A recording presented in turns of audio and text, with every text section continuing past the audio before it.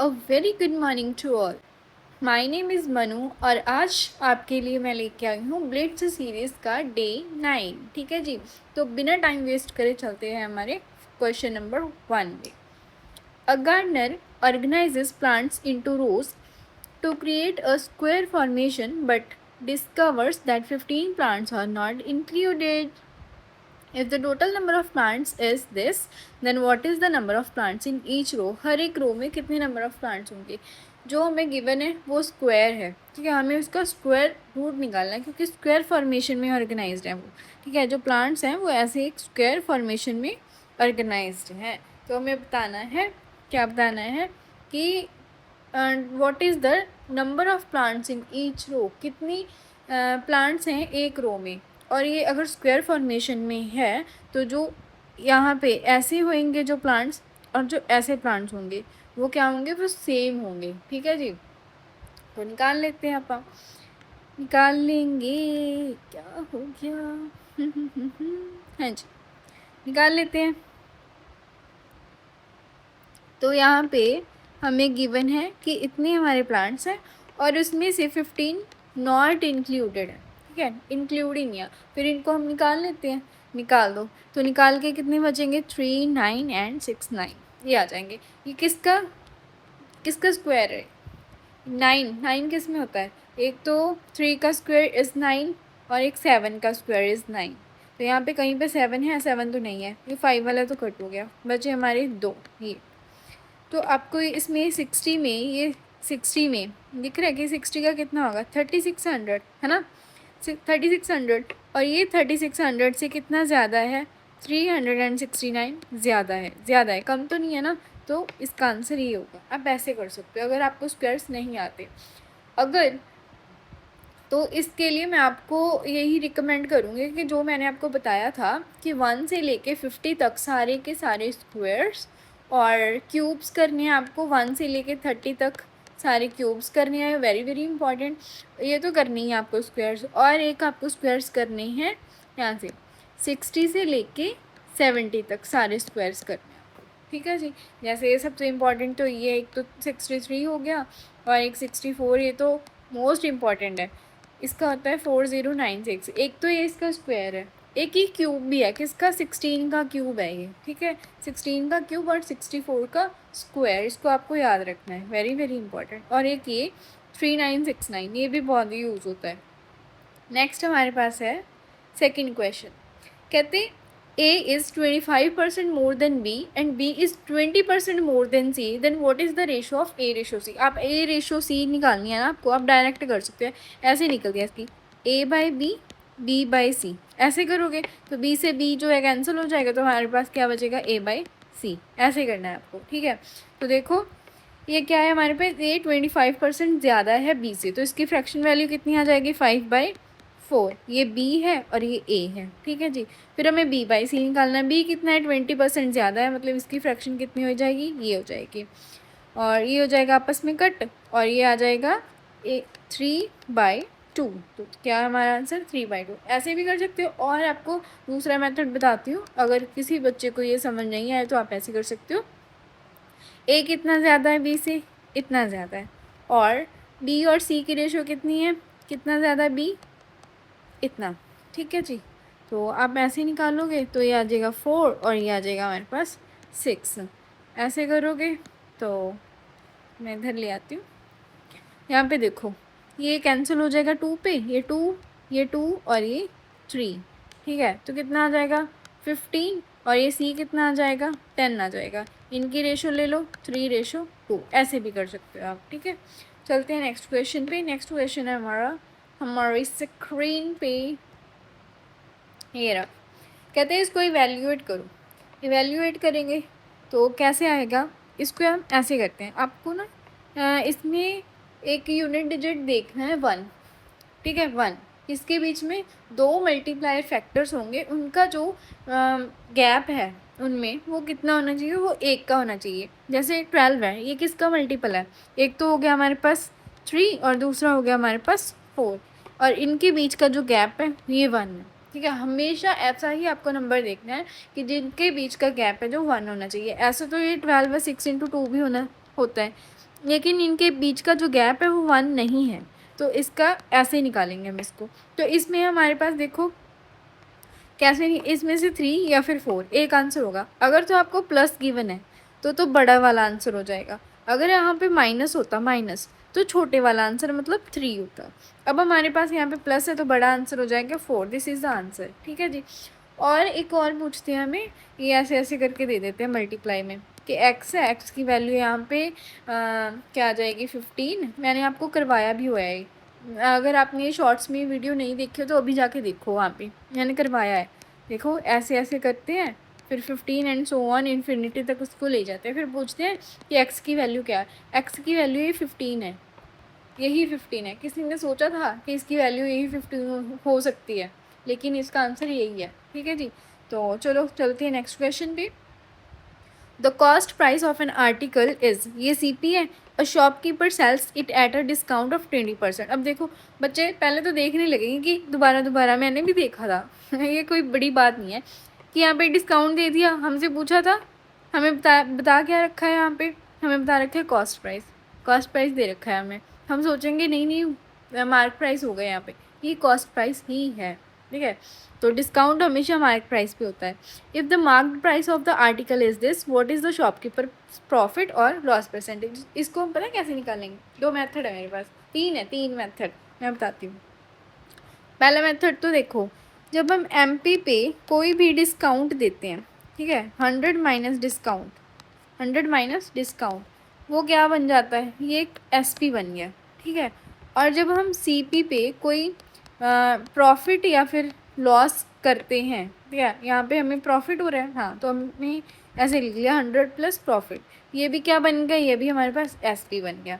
तो आप ऐसे भी निकाल सकते हो कि हमारे पास MP कितनी है, 600 है, डिस्काउंट हमें कितने का है, 20 का, तो SP हमारी ऐसी आ जाएगी 80। तो ये हमारे पास है CP कितना, तो हमें निकालना क्या है, प्रॉफिट और लॉस परसेंटेज हमें निकालनी है, उसको हम S मान लेते हैं, ठीक है। चलो कैंसिल आउट कर देंगे इससे, तो 5 के टेबल पे जाएगा 16 पे, 16 से कितना होता है 96।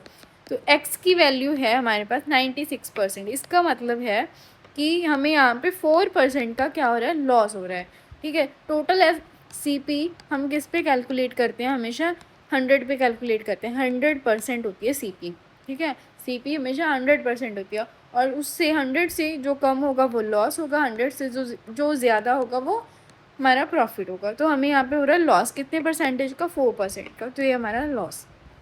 एक मेथड तो ये है। दूसरा मेथड है हमारे पास CP, एक 1 सेकेंड, हाँ, यहाँ पे ले लो CP, SP और M, हम ये ले लेते हैं, ठीक है जी। तो यहाँ पे ये बोल रहे हैं कि हमारे पास क्या है, मार्क प्राइस कितना है हमारे पास, 600 है, 600 है। तो उस पर जो डिस्काउंट है हमें गिवन है वो कितना डिस्काउंट है, 20% का डिस्काउंट हमें गिवन है।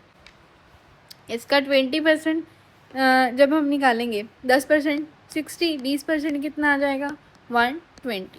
तो ये कितना आ गया हमारे पास, इसमें से जब हम 120 को माइनस करेंगे तो हमारे पास कितना आ जाएगा 480, ये आ जाएगा। और CP हमें कितनी गिवन है 500, तो यहाँ पे कितने का लॉस हो रहा है 20 का, कितने पे 500 पे।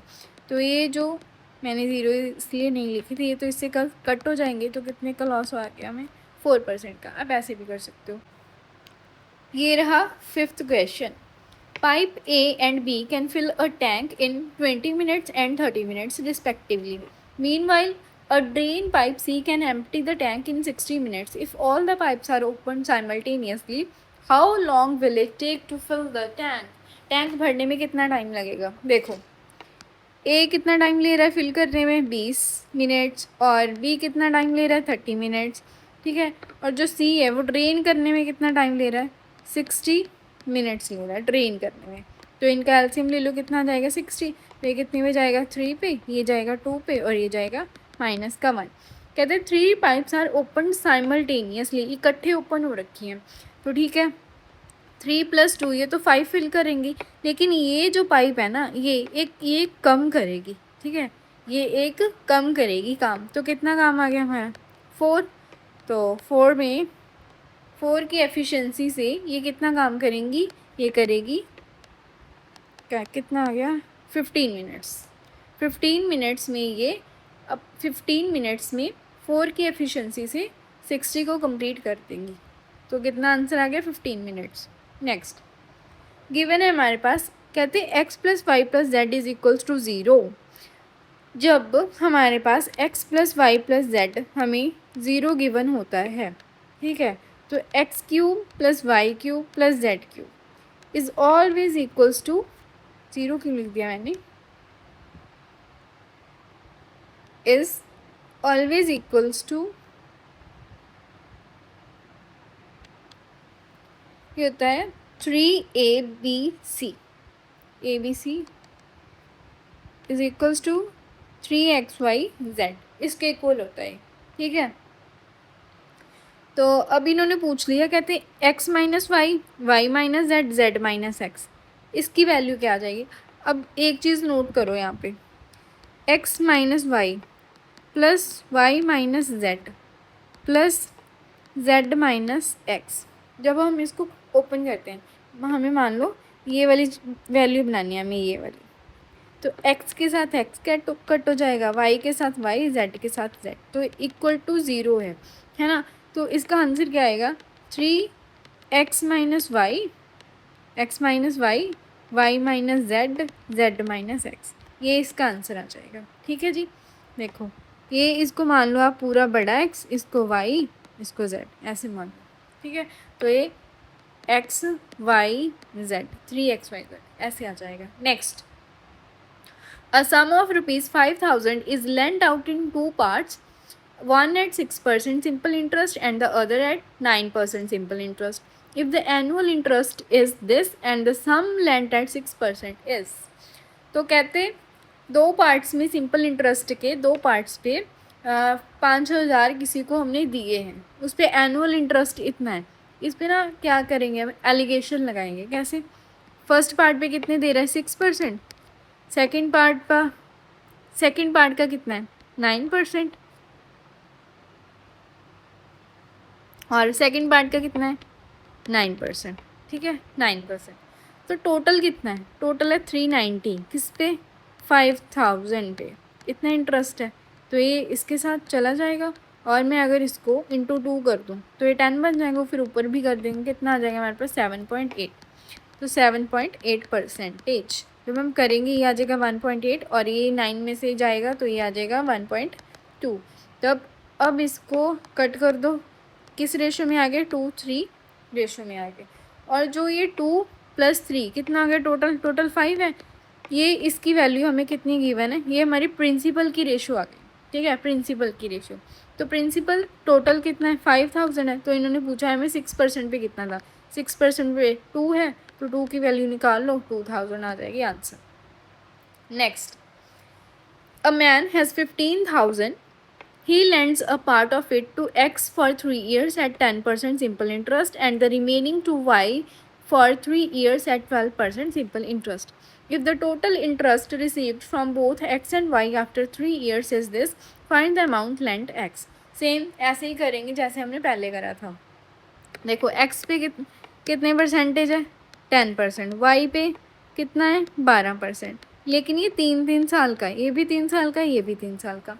अब हमें टोटल इंटरेस्ट कितना मिला है, इतना मिला, लेकिन ये भी कितने पे है 3 साल पे, तो हम 1 साल का इंटरेस्ट निकाल लें डिवाइडेड बाय 3, तो ये कितने पे जाएगा 45, या फिर 48 ले लो, 16 पे 15 जाएगा इतने पे, ठीक है। ये इंटरेस्ट आ गया कितने पे 15,000 पे, और ये सारी जीरोज इसकी कट हो जाएंगे, 15 के टेबल पे जाएगा 11%, ठीक है।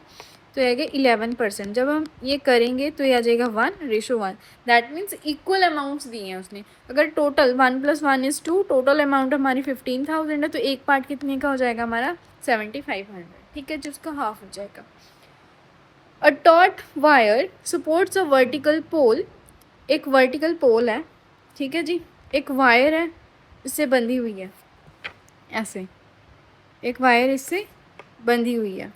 The wire is fixed to the ground 10 metres away from the base, ठीक है, ये बेस है, बेस से वायर है जो कितने मीटर दूर है 10 मीटर दूर है। Of the base of the pole and makes an angle of 60 degree with the ground. ये इसका ध्यान रखना है, विद द ग्राउंड है या टू द ग्राउंड है, ठीक है। तो ये विद द ग्राउंड है तो यहाँ पे 60% आ जाएगा। What is the length of the wire, तो ये हमारे पास वायर है, तो वायर की लेंथ हम मान लेते हैं x.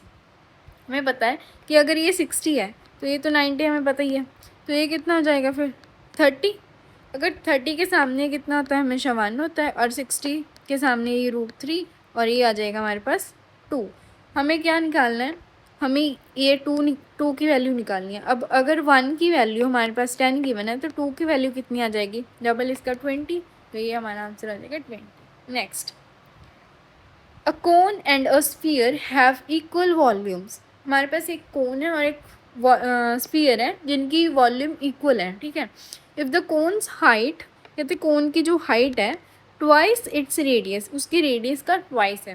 What is the ratio of the cone's radius to the sphere's radius. Okay, cone के रेडियस की रेशियो निकालनी है स्फीयर की रेडियस से, ठीक है। तो इनकी वॉल्यूम इक्वल है तो हम वॉल्यूम को इक्वल रख लेते हैं। सबसे पहले हमें कोन का पूछना है तो कोन की लेते हैं। 1/3 पाई आर का स्क्वायर इंटू एच, एच कितना है 2r, ठीक है जी। तो ये इस पे लिख लो यहाँ पे कोन, तो ये स्फीयर की कितनी आ जाएगी 1/3 पाई आर का क्यूब, ये आ गया, ठीक है। अब इससे 3 से 3 जाएगा, पाई से पाई चला जाएगा, ये इससे यहाँ पे 2 आ जाएगा, ठीक है। और ये है स्फीयर का क्यूब, तो इसकी वैल्यू कितनी आ जाएगी फिर हमारे पास, ये बन गया हमारे पास आर का क्यूब, ठीक है। और ये आ जाएगा हमारे पास ये भी 2r का क्यूब ऑफ स्फीयर। तो कोन की रेडियस पूछी है, कोन की रेडियस डिवाइडेड बाय, इसको मैं नीचे ले आऊँगी, radius of sphere is equals to कितना आ गया 2:1। अब यहाँ पे हमें क्यूब में गिवन है, क्यूब रूट ले लेंगे इसका, ठीक है, क्यूब रूट। तो क्यूब रूट कितना आ जाएगा, तो ये आ गया cube root. I hope you all understand. चलते हैं नेक्स्ट क्वेश्चन पे।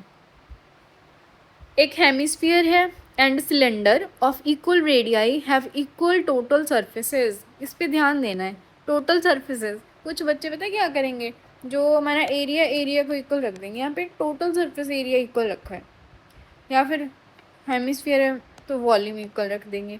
Find the ratio of cylinder to height, find the ratio of cylinder height to radius. Cylinder की हाइट, इसके रेडियस, इसकी हमें रेशियो पता करनी है। हेमिस्फीयर की या हेमिस्फीयर का टोटल सरफेस एरिया कितना होता है, ये होता है 3πr²। इनका रेडियस इक्वल है दोनों का, ठीक है। तो सिलेंडर का कितना आता है, ये होता है 2πr × r+h। तो ये क्या बन गया, ये बन गया 2πr का स्क्वायर प्लस 2πr/h, ऐसे लिख लिया। अगर मैं इसको इधर ले आऊँ 3πr² माइनस 2πr², तो ये कितना आ जाएगा, ये आ जाएगा हमारे पास πr² is equals to 2πr/h। Pi के साथ पाई, r के साथ r, तो r की वैल्यू आ जाएगी 2 और h की वैल्यू आ जाएगी हमारे पास 1। तो इन्होंने पूछा है हाइट से निकालनी है रेडियस की रेशो। हाइट कितनी है 1 है, रेडियस कितना है 2 है, 1:2, ये आ गया। चलते हैं नेक्स्ट क्वेश्चन। ये है हमारे पास, कहते हैं a large cubical cake needs to be cut into 64 smaller identical cubical pieces, ठीक है। What is the minimum number of straight cuts required. अब पहले इसको देखो ध्यान से, इसको टोटल नंबर ऑफ पीसेस कैसे निकालते हैं, total number of pieces x+1 y+1 z+1। ये कैसे होते हैं, देखो ये 3 कट्स अलोंग द लेंथ, ये हमारी लेंथ हो जाएगी, ये ब्रेड्थ है, और ये क्या है हमारी, ये हमारी हाइट है इनके अलोंग। तो ये कितनी, इनकी ये वैल्यू हमें गिवन है, तो ये देख लो ऐसे ऐसे होता है।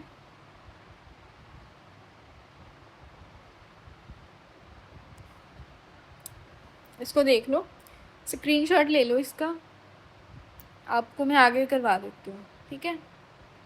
ये रहा हमारे पास क्वेश्चन। इसको कैसे करेंगे हमारे पास, तो ये हमें 64 स्मॉलर जो क्यूबिकल केक है वो हमें गिवन है, ठीक है। तो एक जो पूरा क्यूब है, बड़ा क्यूब, उसकी जो साइड हम वो निकाल लेंगे। हमें पता है कि ये इसकी वॉल्यूम है, तो साइड क्या आ जाएगी इसकी 4, ये आ जाएगी। अब हमें पता है कि x+1 = 4 है, तो x की वैल्यू कितनी आ जाएगी 3, और इतने इतने कितने हैं, ये 3 हैं, कितने हैं 3 हैं, यही होता है ना XYZ। तो ये क्या आ जाएंगे हमारे पास 3 हैं, तो 3 का क्यूब कर दो, कितना आ जाएगा हमारे पास 9, ये आएगा।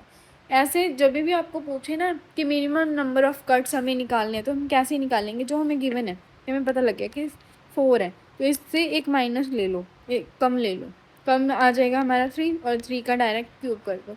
मान लो यहाँ पे 6 होता, 6 आ जाता, तो 6 से एक माइनस कर दो, कितना आ गया हमारे पास 5, 5 का क्यूब कर दो, फिर हमारा आंसर आ जाता है, ठीक है। तो ये रहा answer. Next, the radius of a cone is raised by 20% while the height is reduced by 10%। Percentage change in volume of the cone, cone की वॉल्यूम में क्या इफेक्ट पड़ा होगा, तो इसकी वॉल्यूम क्या होती है पाई 1/3 पाई r²h, यही होती है। इन पे इफेक्ट पड़ा है, तो ये तो कट हो जाएंगे, कट हो जाएंगे।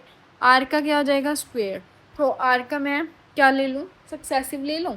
20% का 2 साल का सक्सेसिव क्या होता है, हर बार करवाती हूँ, हर क्लास में करवाती हूँ 40%। इसमें कहते हैं 10% रिड्यूस हो रहा है, तो माइनस कर देंगे 10%, कितना आ गया ये, तो फिर ये तो आ जाएगा हमारा 34। लेकिन यहाँ पे और भी तो वैल्यू लेनी है, और वैल्यू कौन सी, 44 × 10 डिवाइडेड बाई 100, तो कितना आ जाएगा 4.4। इसको माइनस कर दो 4.4 को, पहले 4 को कर लो, कितना आ जाएगा 30.4 कर दो, 29.6% इंक्रीज़ होएगा।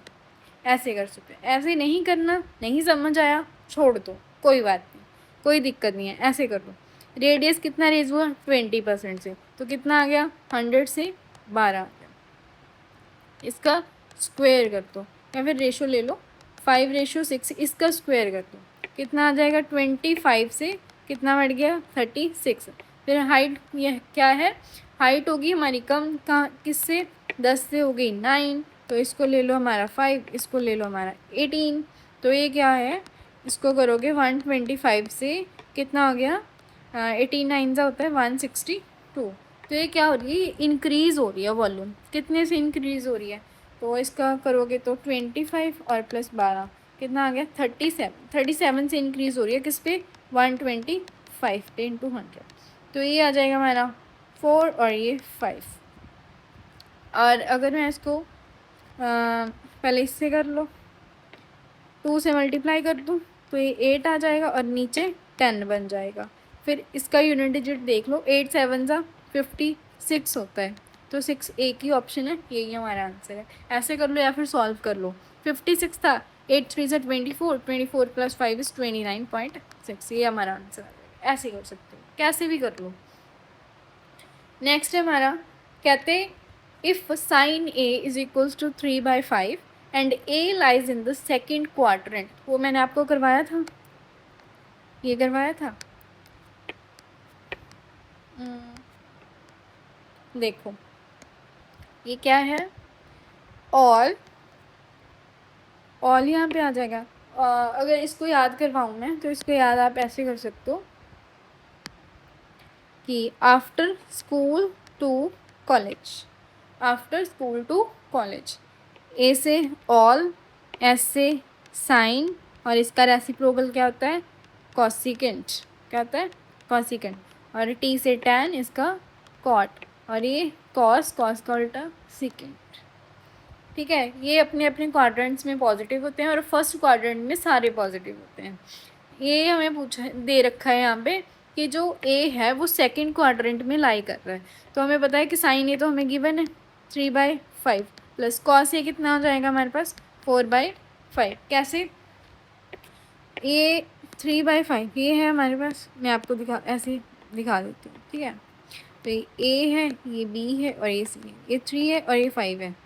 हमें निकालना है ये, हम निकाल लेंगे। ट्रिपलेट याद है आपको, 3 4 5 का, तो यहाँ पे 3 4 5, ठीक है जी।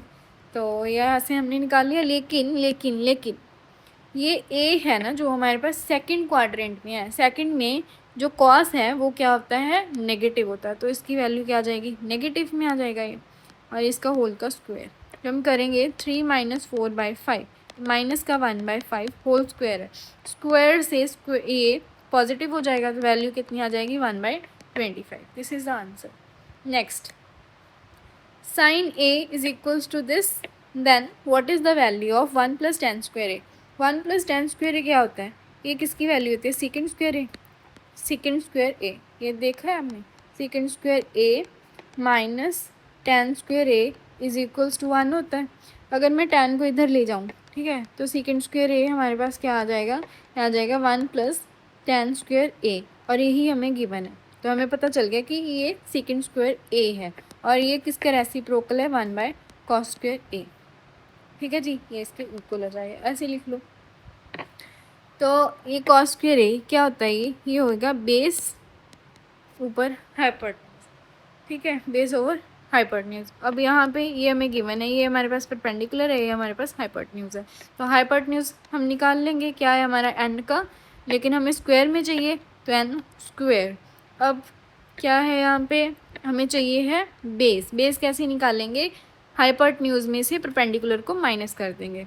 देखो हाइपोटेन्यूज क्या है हमारा, इसका स्क्वायर, और परपेंडिकुलर m, इसका स्क्वायर, ये हमारे पास क्या आ गया, बेस आ गया, तो n² - m², first option is the answer. Next, what is the slope of the line passing through the points? Slope कैसे निकालते हैं, अगर तो हमें इक्वेशन गिवन हो, इक्वेशन, ठीक है, तब हम कैसे निकालते हैं, तब हम निकालते हैं ऐसे 1 - ab। a क्या है, x का variable, variable variable of x, और b क्या है, वेरिएबल ऑफ y, साथ में साइन माइनस का। तो इसकी हम स्लोप कैसे निकालते हैं, मान लो ये x1 है, ये x2 है, ये y2 है, ये y1 है, तो हम निकालते हैं y2 - y1, x2 - x1, ठीक है। तो देख लो y2 7 - 3 इज़ 4, और 4 - 2 इज़ 2, तो स्लोप कितनी आ जाएगी हमारी, 2, ये रहा हमारा answer. Next, a sector has a central angle 180 degree and a radius of 12 centimeter. Another sector has a central angle this इसका ध्यान रखना है, ये आपको रेडियंस में गिवन है और ये आपको डिग्री में गिवन है। सेम रेडियस है, what is the ratio of the area of the first sector to the area of the second sector? तो फर्स्ट का निकालो, देखो ये किस पे, रेडियस सेम है तो ये तो दोनों साइड से कट ही हो जाएंगे, तो डिपेंड किस पे कर रहा है, सेंट्रल एंगल है जो हमारा, इस पर डिपेंड कर रहा है, तो सेंट्रल एंगल पे ही निकालेंगे। तो ये कितना आ जाएगा, 180/360, और इसका कितना है, ये रेडियंस में है, तो इसको भी अगर हम फर्स्ट को डिग्री में लिख रहे हैं तो सेकंड को भी हमें डिग्री में ही कन्वर्ट करना पड़ेगा, ठीक है। तो जब हम डिग्री में कन्वर्ट करेंगे तो पाई की जगह, इस पर डायरेक्ट ना पाई की जगह पे 180 रख दिया करो डायरेक्ट, क्यों, क्योंकि देखो जब हमें डिग्री में कन्वर्ट करना होता है तो हम मल्टीप्लाई करते हैं 180/पाई भी, 180/पाई से, लेकिन यहाँ पे हमारे पास क्या है, 1π/2 है, तो पाई से पाई तो कैंसिल हो जाएगा, तो हमारे पास क्या बचेगा, ये बचेगा, ठीक है। तो ये क्या आ गया, 180/2 डिवाइडेड बाई 360, तो ये इससे कैंसिल हो जाएगा, ये इससे कैंसिल हो जाएगा, ये 2 इधर आ जाएगा, 2:1, ये हमारा आंसर है। नेक्स्ट, हाँ जी, नेक्स्ट है what is the total measure of all interior angles in a 10 sided polygon? तो क्या होता है इनका सम, ऑल इंटीरियर एंगल्स का ये होता है n-2, n है हमारे पास नंबर ऑफ साइड्स, इंटू 180, तो कितनी साइड्स हैं, 10 साइड्स हैं, -2 करोगे तो 8 आ जाएगा, 180, तो 18 × 8 इज़ 144, ये आपको पता होना चाहिए। नेक्स्ट, ये देख लो मिड पॉइंट फार्मूला, ये ना ये इसके लिए था भाई, इसके बाद मैंने वो करा था, ये बाद में हो गया मेरे से, चलो पहले हो गया, इसके लिए था, इस क्वेश्चन के लिए। What is the equation of the perpendicular bisector of the line segment connecting the points 2,8 6,4। तो देख लो ये है हमारे पास, ये दो लाइन्स हैं, ठीक है। इसका जो ए पॉइंट है वो है 2.8, सेकेंड पॉइंट है 6.6,4। यही था हमारे पास। देखो दिखा दे रही हूँ, ये था। तो ये है हमारे पास वो लाइन जो हमें निकालनी है हमें। कैसे निकालेंगे? पहले तो हम इस लाइन का मिड पॉइंट लेंगे, इस वाली का, इस लाइन का मिड पॉइंट लेंगे। तो कैसे मिड पॉइंट कैसे निकालते हैं? x1 प्लस x2 और इसको डिवाइड कर देंगे 2 से, फिर y1 प्लस y2 इसको डिवाइड कर देंगे 2 से, ठीक है। तो क्या आ जाएगा हमारा? देखो ये x1 x2 करो 8/2, ये 8 प्लस 4 इज़ 12/2। तो क्या आ जाएगा? 4,6। तो ये आ गया हमारा मिड पॉइंट, 4,6 आ गया हमारा मिड पॉइंट, ठीक है जी। तो अब हमें ये पता चल गया, फिर हम स्लोप निकाल लेते हैं। इसके स्लोप कैसे निकालते हैं मैंने पीछे ही सिखाई आपको कैसे निकालनी है, तो निकाल लो फिर।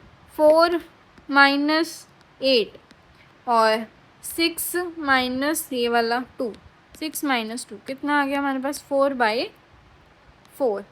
तो ये माइनस में आएगा क्योंकि 8 के आगे है ना, 8 बड़ा है तो इसके आगे माइनस आएगा। तो कितनी आ गई हमारी स्लोप? हमारी स्लोप आ गई -1। लेकिन अब ये परपेंडिकुलर बाइसेक्टर है, तो ये तो इस वाली, देखो एक सेकेंड, ये स्लोप किसकी थी? ये स्लोप इस लाइन की थी, ये इस वाली लाइन की। हमें इस लाइन की स्लोप चाहिए, इस लाइन की। हम कैसे निकालेंगे इस लाइन की स्लोप? ये परपेंडिकुलर है, जब ये परपेंडिकुलर होते हैं तो जो स्लोप होती है वो इन्वर्स हो जाती है, ऐसे करके, ठीक है, इन्वर्स। तो अगर ये -1 है तो इसका उल्टा कितना आ जाएगा फिर हमारे पास? 1। ये इसकी जो स्लोप है इस वाली लाइन की वो हमारे पास 1 आ जाएगी। हमें मिड पॉइंट मिल गया, हमें स्लोप मिल गई हमारी, कितनी है? 1 है। निकाल लेंगे अब हम इक्वेशन, निकालो। कैसे? y is equals to mx plus C, ये होती है, ठीक है। तो y कितना है हमारे पास? हमें नहीं पता। स्लोप तो पता चल गई ना, यहाँ पे हम 1 रखेंगे।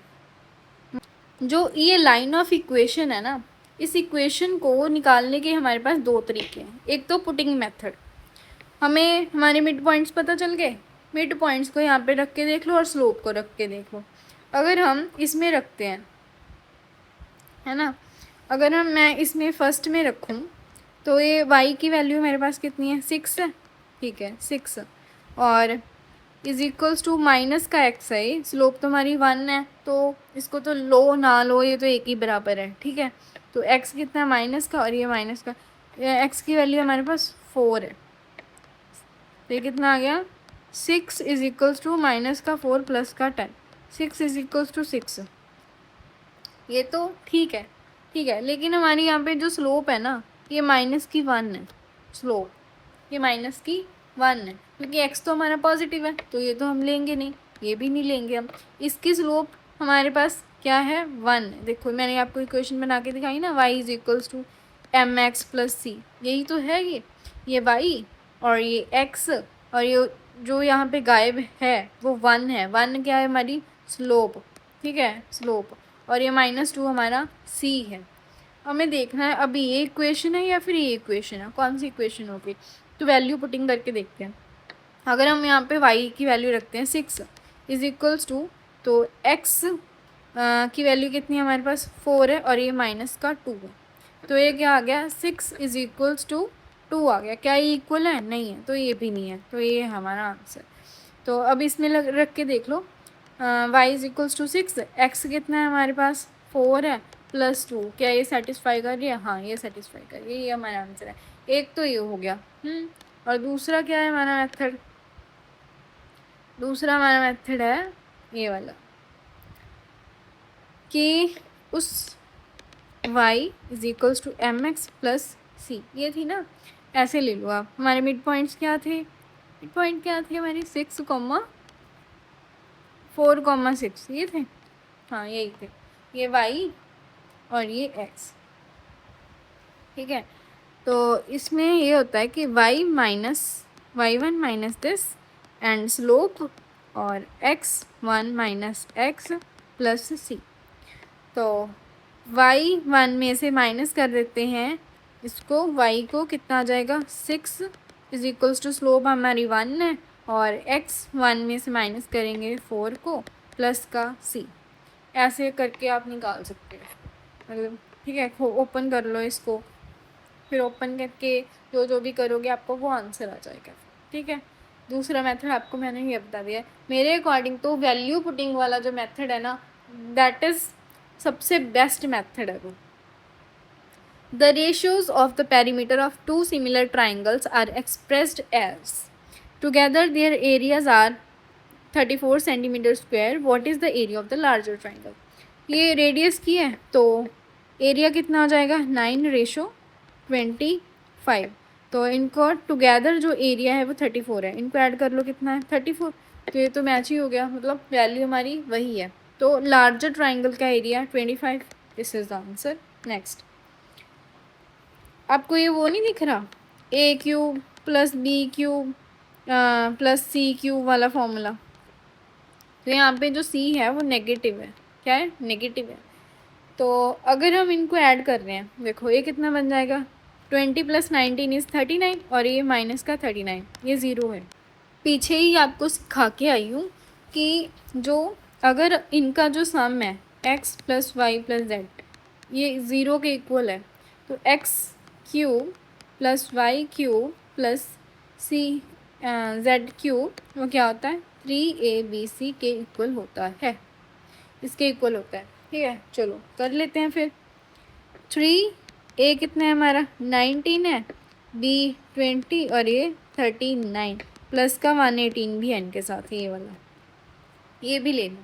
अब बच्चे लेने बैठ जाएंगे, ये 3a इसमें है, एक 3 इसमें है, तो 9 का मल्टीपल होगा, फिर गलत आंसर टिक करके आ जाएंगे। ऐसा नहीं करना आपको। आपको ये भी देखना कि अलग से हम जो 118 है इसको भी ऐड कर रहे हैं, या तो आप इसका यूनिट डिजिट मैच कर लो। देखो इनमें जो यूनिट डिजिट है ना दोनों में, वो दोनों ही क्या है डिफरेंट है। पहले तो मैं आपको ऐसे ही बता देती हूँ, 19 3 से कितना होता है 57। तो जो भी आप कुछ भी करोगे मल्टीप्लाई करके एंड में आंसर क्या आएगा 0 आएगा। तो मेरे को पता है कि एक तो ये माइनस है, तो मैं अगर इसको माइनस का 10 ले लूँ और इसका क्या है प्लस का 8 है यूनिट डिजिट, ठीक है। तो कितना आ जाएगा प्लस माइनस का हमारे पास 2 आ जाएगा। तो ये आंसर नहीं लग रहा। एक तो ये, एक दूसरा मेथड क्या है, दूसरा मेथड है 3 × 19। देखो ये इसको इसका ले लो, वेट मैं पूरा ही ख़त्म ही कर देती हूँ शमेले को। अरे हो क्यों नहीं रहा भाई तो देखो 19 है, ठीक है। पहले तो इसमें 9 तो कैंसिल हो जाएगा, बचेगा क्या हमारे पास 1। 1 का क्यूब इज़ 1, इसमें 2 है, 2 का क्यूब इज़ 8 माइनस 9 चला जाएगा, 3 का क्यूब इज़ 27, 8 + 1 इज़ 9, बचेगा क्या हमारे पास 1। 8 9 एंड 10, 10 - 27 इज़ कितना आ जाएगा 17 माइनस का 17, ठीक है।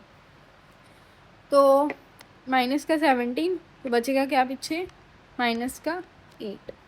ये आना चाहिए हमारा, ये आना चाहिए। तो कैसे, अगर इसमें करें 3 7 और ये 9, ठीक है, बचेगा क्या हमारे पास माइनस का 8। तो मैच हो रहा है, यही हमारा answer, this is the answer. ऐसे भी कर सकते हो, कोई मेथड देख लो आप। नेक्स्ट 20th क्वेश्चन पे चलते हैं। 22 है। इफ़ कॉट ए की वैल्यू हमें गिवन है, तो फाइंड करो कॉसिकेंट स्क्वायर ए। फिर से वही कॉसिकेंट स्क्वायर ए क्या होता है, ये होता है कॉट स्क्वायर ए + 1, इसके इक्वल होता है। तो पहले तो हमें इसका कॉट का स्क्वायर करना पड़ेगा, फिर इसमें एक ऐड कर देना। जब हम इसका स्क्वायर करेंगे तो ये क्या आ जाएगा x का स्क्वायर प्लस 1/x का स्क्वायर प्लस 2x 1/x, तो ये कैंसिल हो जाएंगे, तो ये आ गया।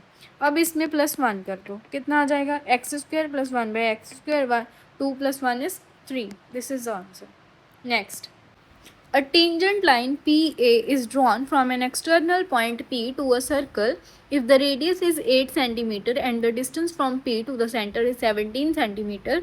What is the length of the tangent PA? Very easy. 8 17 8 15 17 triplet नहीं दिख रहा. Answer is 15. अब बेसिक देखो, कहते एक सर्कल है, इस पे एक टेंजेंट है पी ए, ठीक है, ड्रॉन है फ्रॉम एक्सटर्नल पॉइंट पी. तो एक्सटर्नल पॉइंट पी यहाँ पे है. कहते रेडियस हमारा कितना है 8 centimetre and the distance from P to the centre, ये यहाँ से यहाँ तक कितना है 17 है. और हमें पता है कि रेडियस और टेंजेंट के बीच का एंगल है हमेशा 90 डिग्री होता है, ठीक है, हमेशा 90 डिग्री. तो ट्रिपलेट लगेगा वहीं पे. क्या आ जाएगा फिर इनो, what is the length of the tangent P is 15. Next, when two tangents PA, PB are drawn to a circle from a point P outside the circle and the angle between them is 90 degree, what is the distance from P to the circle O of the circle if the radius is 5 centimeter? This is the answer. How? मतलब statement पढ़ते ही answer ऐसे ही करना है आपको. आपके exam में कितने second लगे सिर्फ क्वेश्चन स्टेटमेंट रीड करने में टाइम लगा है हमें, है ना. तो इसका मतलब है कि हमें मैक्सिमम टू मैक्सिमम 5 सेकेंड्स लगे इस सम को सॉल्व करने में. वाओ, कैसे देखो हमारे पास, अरे यार एक तो नहीं, मेरे से सर्कल अच्छे से नहीं बनते हैं. ये हमारे पास एक सर्कल है, ठीक है जी. कहते हैं यहाँ पे दो टेंजेंट्स हैं ऐसे. ये क्या है, हमारे पास दो टेंजेंट्स हैं, पी आउटसाइड है ए और ये बी है ऐसे. तो इस जो ये टेंजेंट है इसके जो बीच का एंगल है वो 90 डिग्री है. अगर ये 90 डिग्री है तो ये भी 90 डिग्री होगा. हमें पता होना चाहिए कि जब ये दोनों एंगल्स 90 डिग्री के हो तब ये जो हमारे पास ये जिसे हम क्वाड्रिलेटरल बोलते आए हैं आज तक, तो ये एक स्क्वायर का काम करता है. इसका मतलब इसकी जो चारों साइड्स हैं वो इक्वल होंगी, ठीक है. अगर रेडियस इसका कितना गिवन है, हमें 5 गिवन है, तो ये भी 5 होगा, तो ये भी 5 और ये भी 5. इसका मतलब हम ये बोल सकते हैं कि जो टेंजेंट्स है ना, टेंजेंट्स की जो लेंथ है वो इसके रेडियस की लेंथ के इक्वल होगी. Tangent is equals to radius, ठीक है.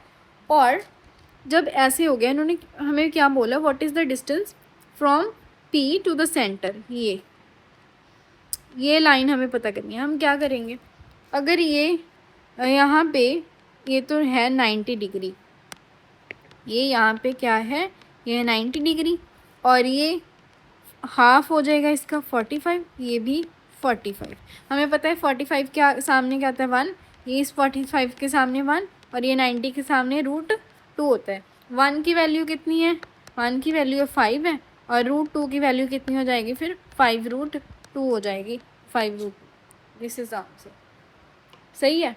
जब आपको दिख जाए ना कि ये 90 डिग्री है और आपको पता चल जाए कि रेडियस हमें ये गिवन है, तो डायरेक्टली आप क्या करोगे, 5 के पीछे बस √2 ये आंसर लगा दोगे. तो इसके बीच का जो डिस्टेंस होगा is always r√2, radius into √2, ये इसका डिस्टेंस होगा. PO is equals to r√2. इसको लिख लो कहीं पे भी. नेक्स्ट है हमारे पास, कहते मल्टीप्लाई करो, इसको कर लो यार. क्या जो पॉइंट्स हैं हमारे पास कितने हैं, 3 डेसिमल्स हैं, उनको अलग से लिख लो. 45 × 6 कितना आता है 270, 270 बाई 1000 कट हो जाएगा, कितना आ जाएगा 0.27. This is the answer. Very easy. तो ऐसे ही सम आपको आपके एग्ज़ाम में मिलेंगे. ये तो देखो अब तो आपको इजी मिलेंगे ही मिलेंगे. क्यों मिलेंगे इजी, क्योंकि आपके पास टाइम लिमिट बहुत कम है, ठीक है जी. आपके पास हार्डली मैक्सिमम टू मैक्सिमम आपके पास 4 to 5 क्वेश्चंस ऐसे होंगे जो आपसे सॉल्व नहीं होंगे. उसके लिए आपको प्रिपेयर रहना है पहले से, ठीक है. वो हार्ड क्वेश्चंस होंगे आपके लिए. बाकी मेरे अकॉर्डिंग तो मुझे लगता है कि 15 to 20 क्वेश्चंस तो आपके बहुत इजी होंगे, जो ऐसे होंगे कि कोई 5 सेकंड में हो रहा है, कोई 10 में हो रहा है, कोई 20 सेकंड्स में हो रहा है, ठीक है जी. ऐसे क्वेश्चंस होंगे आपके पास. अगर आप ये क्वेश्चंस बहुत ही कम टाइम में कर पा रहे हो ना, तो आप एग्ज़ाम में तो बहुत अच्छा स्कोर लेके आओगे, ठीक है जी. तो उसके लिए आपको प्रिपेयर रहना है पहले से ही। प्रिपेयर रहने के लिए क्या करना है, आपको मेरी वीडियोस देखनी है, ठीक है। अगर आज की वीडियो मेरी अच्छी लगी आपको तो मेरे चैनल को सब्सक्राइब करो और कमेंट में बता देना कि नेक्स्ट कोई अगर आपको ऐसा टॉपिक चाहिए, स्पेसिफिक टॉपिक कि आपका वीक है और वो एग्ज़ाम के लिए बहुत इंपॉर्टेंट है, तो मुझे बता देना, मैं उस पर भी आपको एक वीडियो दे दूँगी अलग से। चाहे अगर आप जीएस पढ़ना चाहते हो, जीएस पे बता देना कोई वीडियो, ठीक है। इंग्लिश की करना चाहते हो तो इंग्लिश पे बता देना, और मैथ तो मैं आपको करवा ही रही हूँ, ठीक है। तो मिलते हैं नेक्स्ट वीडियो में।